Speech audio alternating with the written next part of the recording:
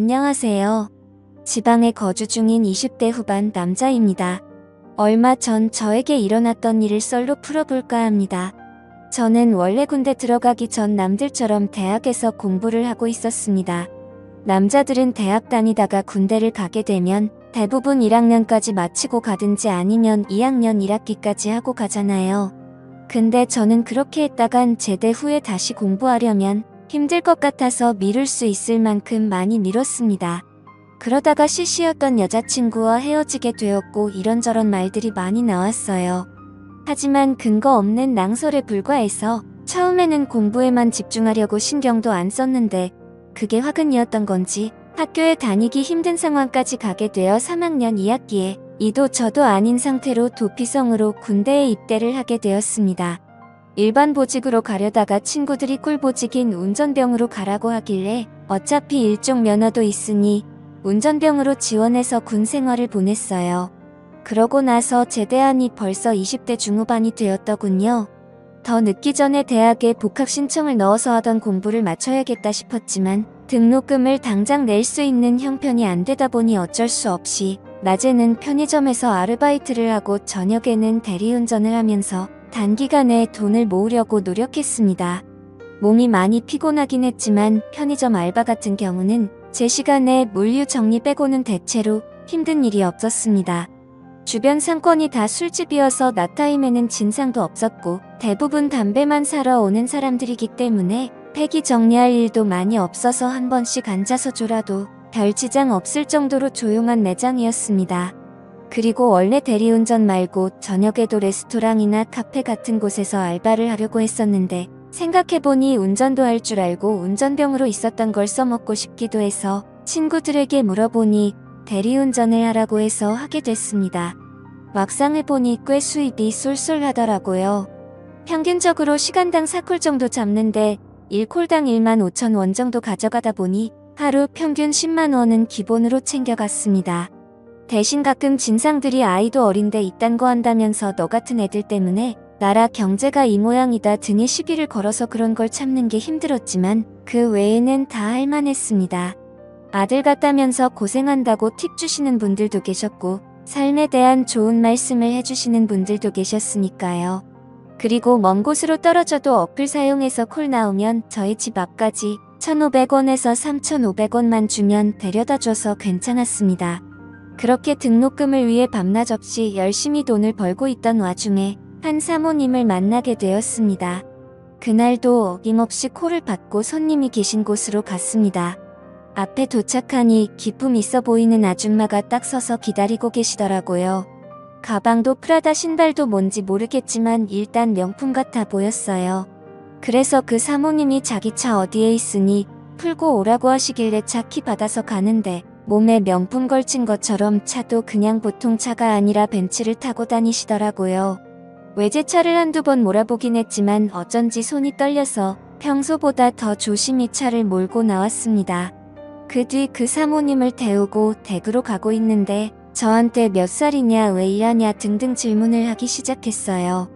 저는 몇 살이고 군대 제대하고 난 다음 복학하려고 했는데 당장 등록금이 없어서 대학 등록금을 모으려고 지금 이렇게 일을 하고 있다면서 물어본 대로 다 이야기를 해줬습니다. 그러더니 여자친구는 있냐고도 물어보시길래 입대하기 전에 헤어졌다고 하니 왜 헤어졌냐고도 묻더라고요.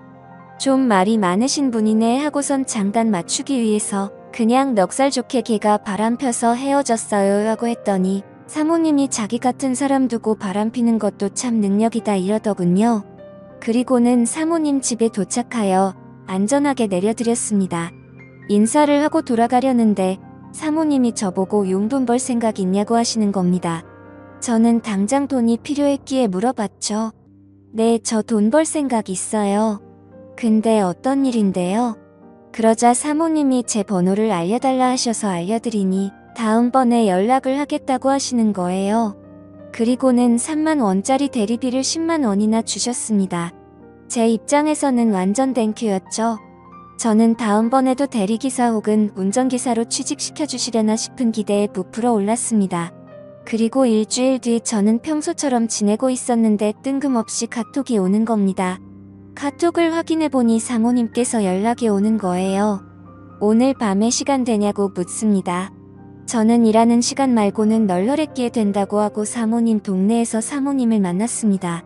그러자 사모님이 한 술집으로 가자고 하시더라고요. 순간 겁이 났습니다.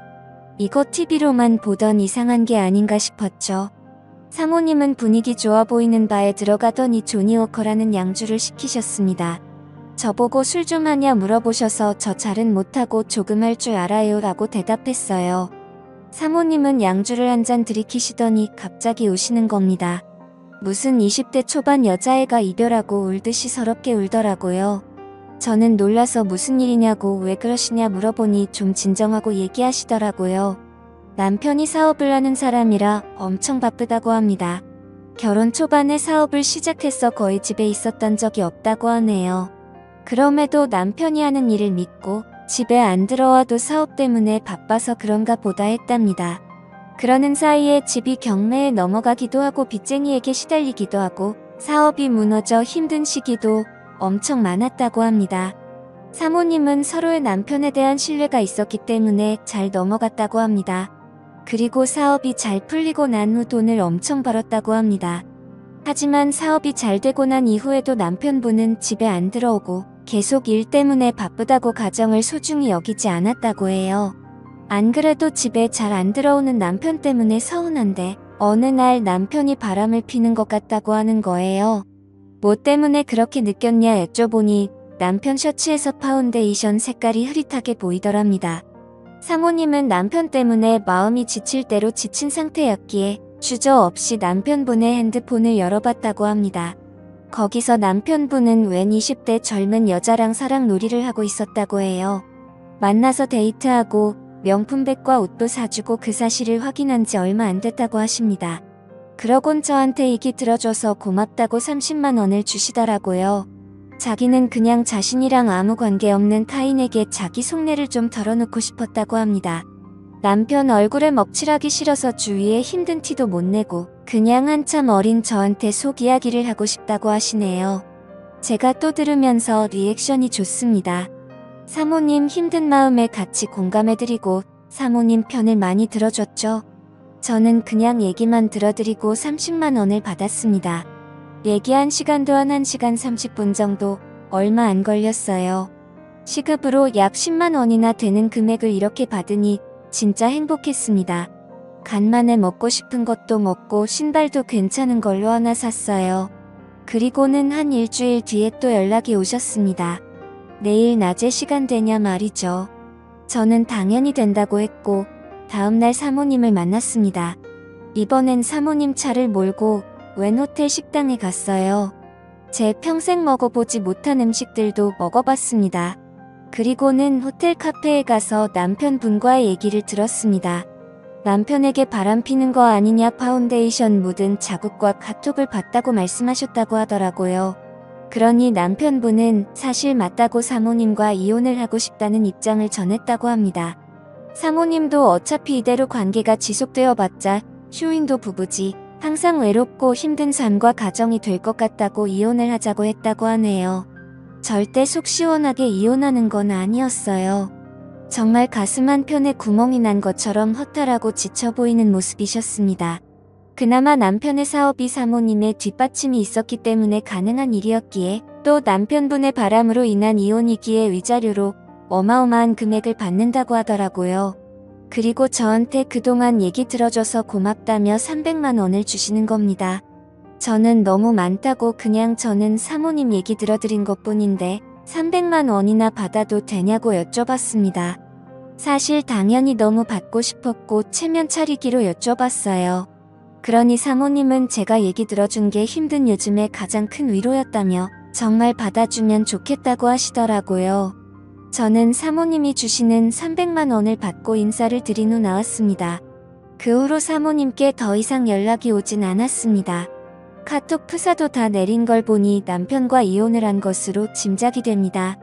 저는 사모님이 주신 300만 원을 어떻게 쓸지 아직 정하진 않았습니다.